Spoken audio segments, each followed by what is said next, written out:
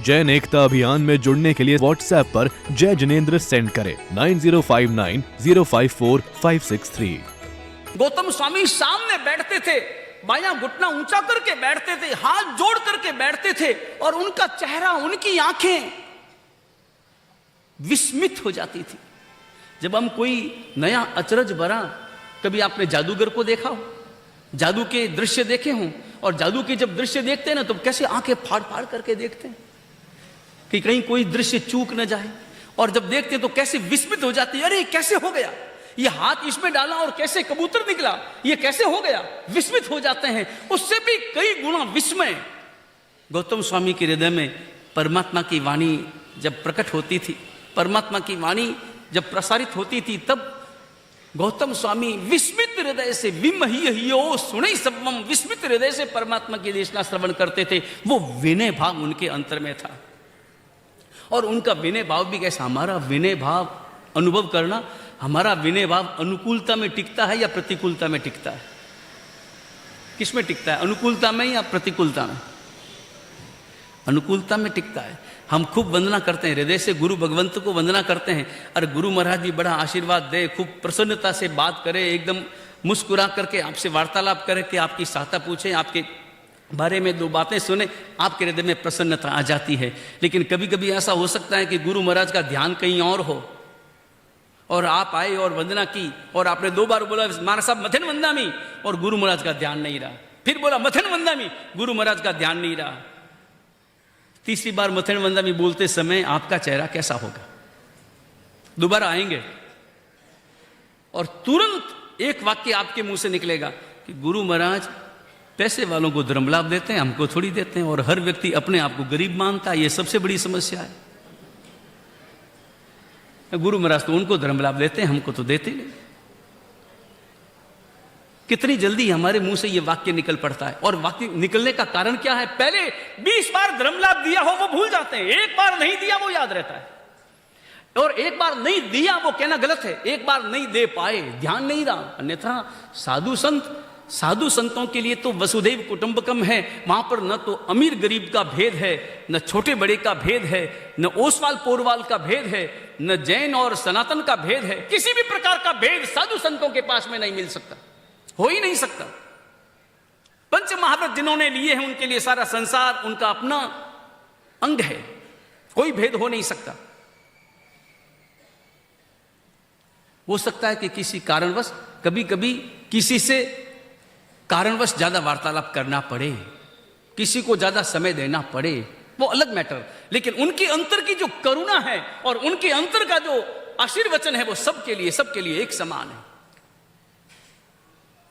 लेकिन अनुभव करना कि अनुकूलता में हमारा विनय स्थिर रहता है या प्रतिकूलता में भी हमारा विनय स्थिर रह पाता है।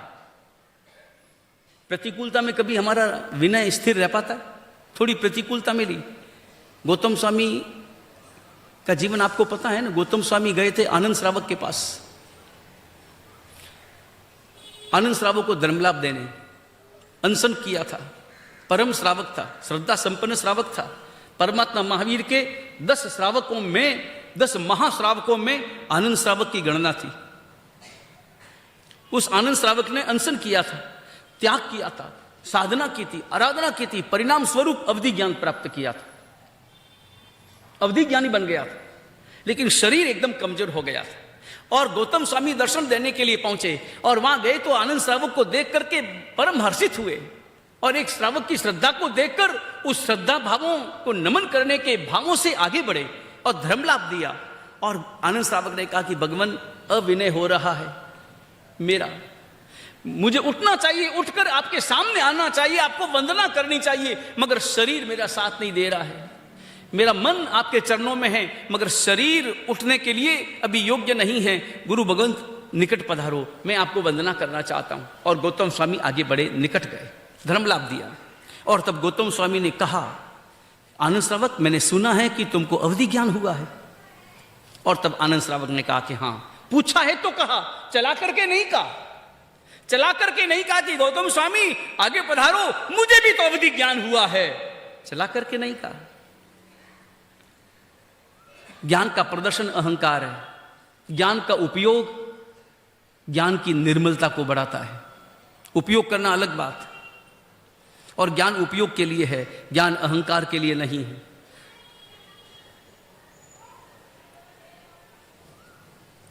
और अवधि ज्ञान हुआ है, सत्य तो बोलना ही होता, स्वीकार तो करना ही होता।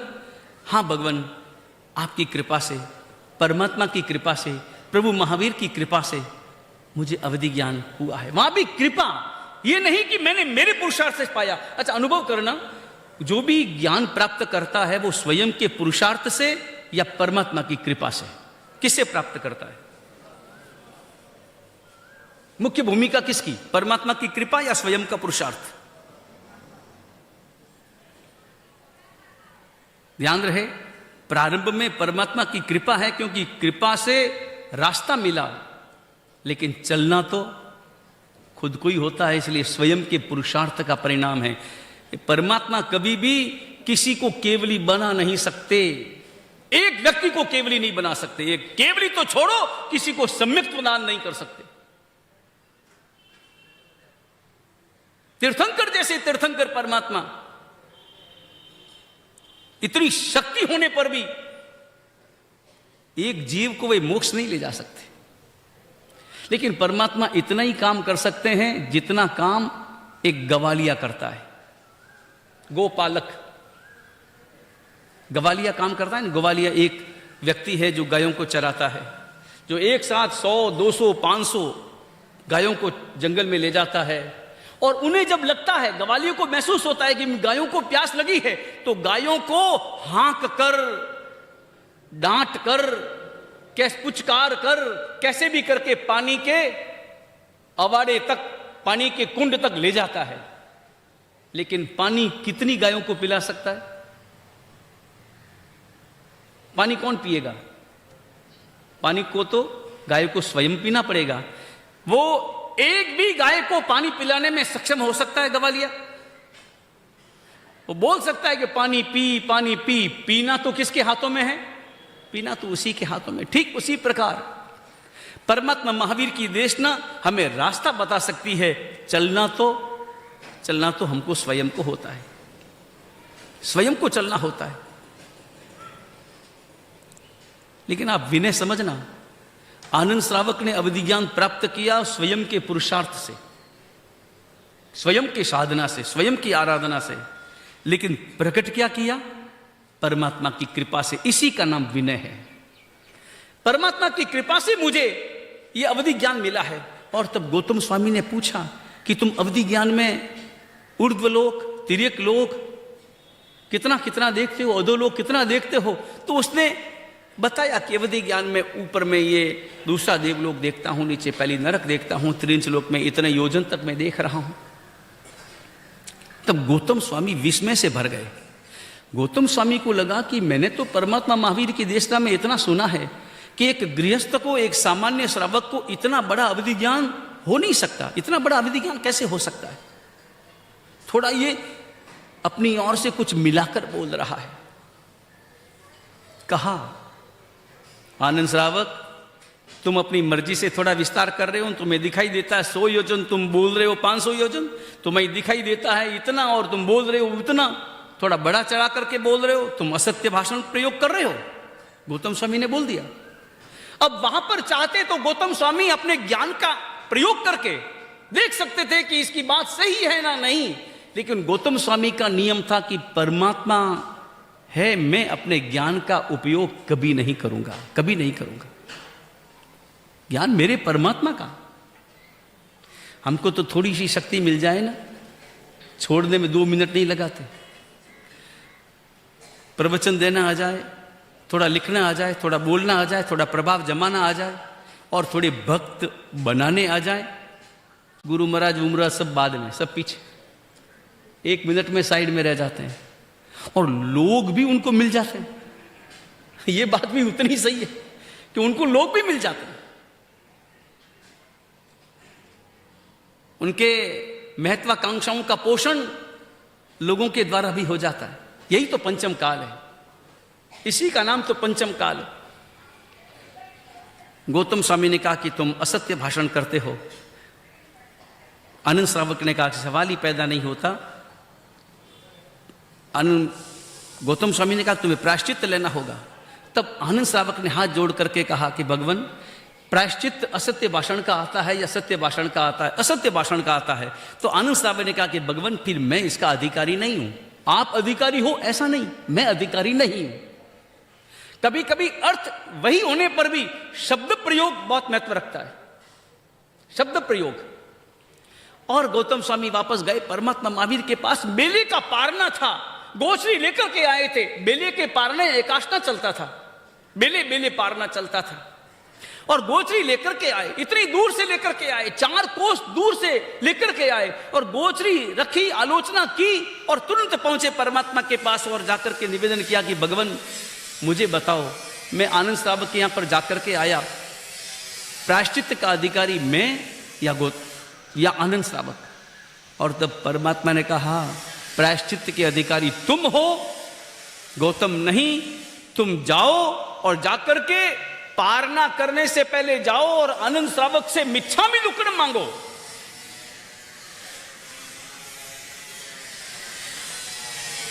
गौतम स्वामी ने यह नहीं कहा कि भगवान बेले का पारना है, पारना तो करने दो, बाद में चला जाऊंगा। और एक श्रावक के साथ में क्या मिच्छामि दुक्कड़म मांगना, एक श्रावक से क्या मिच्छामि दुक्कड़म मांगना? विनय इसका नाम। विनय का मतलब होता है प्रतिकूलता में भी समर्पण बनाए रखना, प्रतिकूलता में भी समर्पण टिकाए रखना, उसका नाम विनय है। वो हृदय में वो भाव चाहिए। कल मैं उदाहरण दे रहा था, उदाहरण देते देते समय पूरा हो गया तो उदाहरण अधूरा रह गया। मैं बता रहा था कि एक आचार्य भगवंत ऊपर बैठे थे और एक साधु प्रवचन दे रहा था और प्रवचन में 1-2 वाक्य शास्त्र विरुद्ध प्रकट हो गए। वो साधु जब ऊपर पहुंचा तो आचार्य भगवंत ने उससे बुला करके कहा कि देख तेरी ये गलती है। और सुन करके वो रोने लगा, उसकी आंखों से आंसू झरने लगे, खूब रोया, जोर जोर से रोया। आचार्य भगवंत ने कहा कि मैंने तुम्हें डांटा नहीं, फिर भी तुम रो क्यों रहे हो?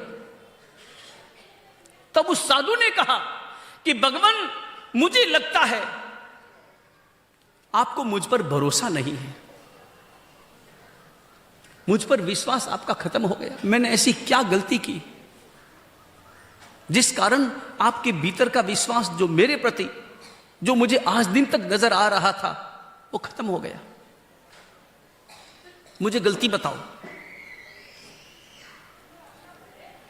और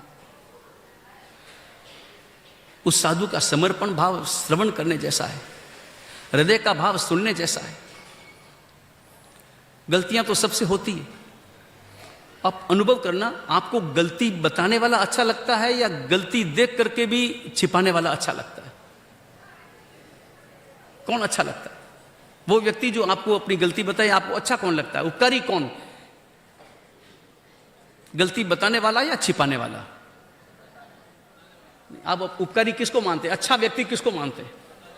बताने वाला पक्का नहीं। ऐसा है जीवन में कि जो गलती बताए कि तुमने ये गलती की, वहां उस वक्त में उसका बहुमान करेंगे या उस वक्त में उसके प्रति आपका चेहरा कैसा होगा? हृदय में, मन में आएगा कि तू मेरा परम उपकारी है जो तूने मेरी गलती बता दी। उपकारी मानेंगे? संसार में मानते हैं।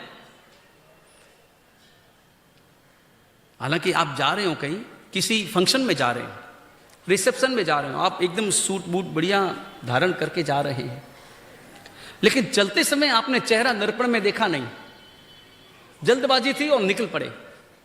और अचानक सामने एक व्यक्ति मिला और उस व्यक्ति ने कहा कि भाई साहब आपके चेहरे पर यहां पर काला दाग है, क्या करेंगे आप? उस व्यक्ति को डांटेंगे? डांटेंगे कि तूने मुझे ये काला दाग दिखा दिया, था तो था, पड़ा था, तुम्हें क्या तकलीफ थी? ऐसा करेंगे? या कहेंगे भाई साहब बहुत अच्छा किया, काला दाग तुमने दिखा दिया। ऐसे काले दाग को लेकर के जाता, सब लोग हंसते, तुमने पहले ही दिखा दिया। तुरंत दर्पण निकाला, देखा काला दाग है, धोया, साफ किया, फिर चले। उस व्यक्ति को आप उपकारी मानेंगे या आप उसको निंदक मानेंगे? क्या मानेंगे? संसार के क्षेत्र में, इस क्षेत्र में तो उपकारी मानेंगे ना क्या, उसने आपको आपका दाग दिखा दिया। ऐसे ही कोई गलती, आपका क्रोध कोई बताने वाला हो, आपकी निंदा कोई, आपके स्वभाव में कोई निंदा है, आपके स्वभाव में कोई ईर्ष्या है और उसको बताने वाला है कि आप बहुत अहंकारी हैं, आप बहुत क्रोध करते हो, आप बहुत घमंडी हैं, आप बहुत ईर्ष्या करते हो, ऐसा कोई बताने वाला हो तो उस व्यक्ति को आप उपकारी मानेंगे या निंदक मानेंगे? क्या मानेंगे आप? उपकारी मानेंगे कि निंदक? और उस व्यक्ति से आपकी दोस्ती होगी या बार बार चाहेंगे कि वो आपको बार बार मिले और आपसे वार्तालाप करे और आपकी गलतियां बताए? गलतियां बताने वाला सदा उपकारी होता है, बहुत बड़ा उपकारी है। लेकिन गलती सुनने के लिए हमारा हृदय तैयार चाहिए, और वो ही हृदय तैयार हो सकता है जिसके हृदय में विनय हो। मैं जब छोटा था, गुरु महाराज 2 ठाणे थे और प्राय लंबे समय तक 2 ठाणे ही रहे, गुरु महाराज और दर्शन सागर जी महाराज, 2 साधु।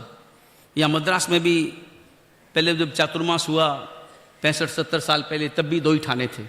या मद्रास में, मैसूर में, पूरे इस साउथ में विचरण हुआ। पहला उपदान, खरतरगच की परंपरा का पहला उपदान टिंडीवनम में हुआ। गोलेछा परिवार, हीराचंद जी गोलेछा उनके परिवार से, अमोलक चंद जी गोलेछा और धर्मचंद जी गोलेछा और वो परिवार से पहला उपदान हुआ सन 56 में। 2 ही ठाणे विचरण किए, लंबे समय तक 2 ठाणे रहे। उसके बाद में मेरी दीक्षा हुई। मैंने गुरु महाराज को जितना देखा, गुरु महाराज से जितना पाया, उससे भी ज्यादा मैंने दर्शन सागर जी महाराज साहब से प्राप्त किया। दर्शन सागर जी महाराज का जो स्वभाव था, पढ़े लिखे थे और वक्ता थे, लेखक थे, संस्कृत के बड़े जानकार थे। और संस्कृत के नहीं, तेलुगु आती थी, क्योंकि साउथ में रहे, बेंगलोर में वर्षों तक रहे। तेलुगु आती थी, तमिल आती थी, कन्नड़ भी आती थी। जैन एकता अभियान में जुड़ने के लिए व्हाट्सएप पर जय जिनेंद्र सेंड करें 9059 054 563।